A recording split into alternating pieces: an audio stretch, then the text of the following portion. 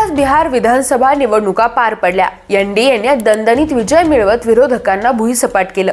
आता ठरल्याप्रमाणे गतवर्षीप्रमाणे त्याचं चिंतन शिबिर आयोजित होणार आणि पराभूत होण्याची कारणं लक्षात घेतली जाणार। आता हे सगळं ठरल्याप्रमाणे होत असलं तरी 2019च्या लोकसभेपासून यात एक ट्विस्ट आलाय आणि तो म्हणजे निवडणूक आयोगावर भाष्य। बिहारच्या बाबतीत अजून तसं काही बोललं जात नसलं तरी येत्या 2-3 दिवसांमध्ये ते बोललं जाईल हे निश्चित आहे। विजयाचे अनेक विश्लेषक अनेक कारणं देत असली तरी एक महत्त्वाचं कारण होतं ते म्हणजे जुळून येणारी चिन्ह आणि नाव। जनसुराज्य पक्षाला निवडणूक चिन्ह दप्तर मिळालं होतं तर बऱ्याच ठिकाणी उमेदवारांना ब्रीफकेस हे चिन्ह मिळालं। त्यामुळे दोन्हींमध्ये साधर्म्य वाटल्याने गोंधळ झाला। महुआ, राघोपुर, समस्तीपुर, बेतिया, दरभंगा, जमालपूर, कांती, पातेपूर, दिनारा आदी मतदारसंघात एकसारखं नाव किंवा एकच आडनाव असलेले अनेक उमेदवार निवडणुकीच्या रिंगणात होते। यामुळे मतदारांना योग्य उमेदवार ओळखण्यात गोंधळाचा अनुभव आला। आता महाराष्ट्रात सुद्धा काही वेगळं झालेलं नव्हतं। त्याच पार्श्वभूमीवर नेमका गोंधळ काय झाला होता आणि निवडणूक आयोगाने काय घोषणा केली आहे याबद्दल सविस्तर जाणून घेऊया आजच्या व्हिडिओच्या माध्यमातून। नमस्कार, मी काजल आणि तुम्ही बघताय मराठी मंडळी। अजित पवारांनी भरसभेत एक स्टेटमेंट दिलं होतं, तुमचा राजा निवडून ट्रम्पेटमुळे आलाय, नाहीतर सुपडा साफ होता आपला। साताऱ्यात ऐनवेळी जय पराजयाचं गणित बदललं, त्याला कारणीभूत ठरलं ते निवडणुकीचं चिन्ह।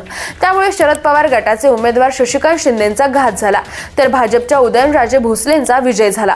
या मतातील फरकाला कारणीभूत ठरलं ते ट्रम्पेट। आकडेवारीनुसार पाहायचं म्हणजे भाजपचे उदयनराजे भोसलेंना 5,71,134 मतं पडली तर शरद पवार गटाचे उमेदवार शशिकांत शिंदेंना 5,38,363 मतं पडली।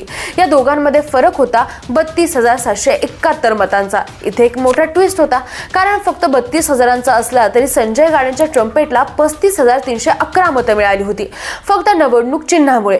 रायगडमध्ये 2014 मध्ये अनंत गीते यांच्याही विजयात एकाच नावाचे म्हणजे सुनील तटकरे नावाचे उमेदवार होते। त्यामुळे रायगडचा निकाल फिरल्याची जोरदार चर्चा रंगली होती। तुतारी सारख्या दिसणाऱ्या ट्रम्पेटनं विधानसभा आणि लोकसभा या दोन्ही ठिकाणी डाव साधला। शरद पवारांच्या पक्षाला तब्बल 9 जागांवर फटका बसला। कोणकोणत्या जागांवर फटका बसला तर जिंतूर, घनसावंगी, शहापूर, बेलापूर, अणुशक्तीनगर, आंबेगाव, पारनेर, केज, परंडा या जागांवर शरद पवार यांच्या पक्षाला उमेदवाराच्या जेवढ्या मतांनी पराभव झालाय त्यापेक्षा अधिक मतं ट्रम्पेट हे निवडणूक चिन्ह असलेल्या उमेदवाराला मिळाली। जालना जिल्ह्यात शरद पवार यांच्या पक्षाचे विजय भांबळे यांचा पराभव झाला। या मतदारसंघात भांबळे यांना 4,516 मते कमी पडली तर तुतारी म्हणजेच ट्रम्पेटला 7,430 मतं मिळाली। घनसावंगीमध्ये कोरोनामध्ये आरोग्यमंत्री म्हणून ख्याती पावलेले मनोज जरांगे यांच्या आंदोलनात सक्रिय असून सुद्धा राजेश टोपे यांचा 2,309 मतांनी पराभव झाला।